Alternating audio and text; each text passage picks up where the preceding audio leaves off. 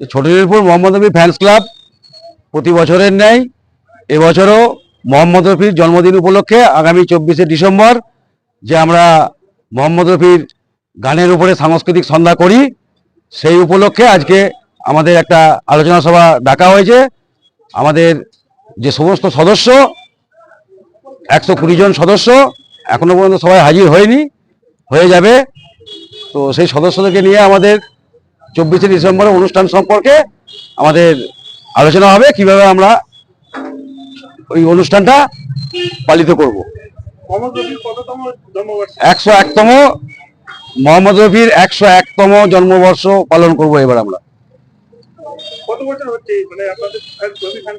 আমাদের Rafi fan club বিগত মোটামুটি 30 বছর, বিগত 30 বছর ধরে আমরা এই অনুষ্ঠান, আগে ছোট ছোট অনুষ্ঠান করতাম, এখন একটু বড় আমরা অনুষ্ঠান করি। এবারে পরিকল্পনা কি আছে? এবারে পরিকল্পনা এরকম হয়, রফির যে সমস্ত সিঙ্গার এখন বর্তমানে যারা রফি গানের উপরে সিঙ্গার আছে, সে সমস্ত সিঙ্গার নিয়ে এসে আমাদের অনুষ্ঠান হবে। তার সঙ্গে আমরা একটু যারা একটু লো গ্রেডের মানুষ, অর্থনৈতিক দিক থেকে কমজোরি, তাদেরকে শীত বস্ত্র বিতরণ করব। মোটামুটি 50 জন ধরা আছে, ওটা 60-70 হয়ে যেতে পারে। এই ধরনের অনুষ্ঠান সামাজিক কাজকর্ম আর কি কি করা হচ্ছে? আগে আমরা রক্তদান শিবির করেছি, আমরা স্বাস্থ্য শিবির করেছি। আমরা কোনো মানুষের যদি কোনো রকম বিপদ আপদে পড়ে আমরা সেগুলোকে সাহায্য করার চেষ্টা করেওছি। শিল্পী বর্ধমানের বাইরে, কলকাতা। আমরা মূলত কলকাতা শিল্পীর উপরেই অনুষ্ঠানগুলো চালাই। প্রোগ্রামটা মোটামুটি রাত্রি ওই 10:30,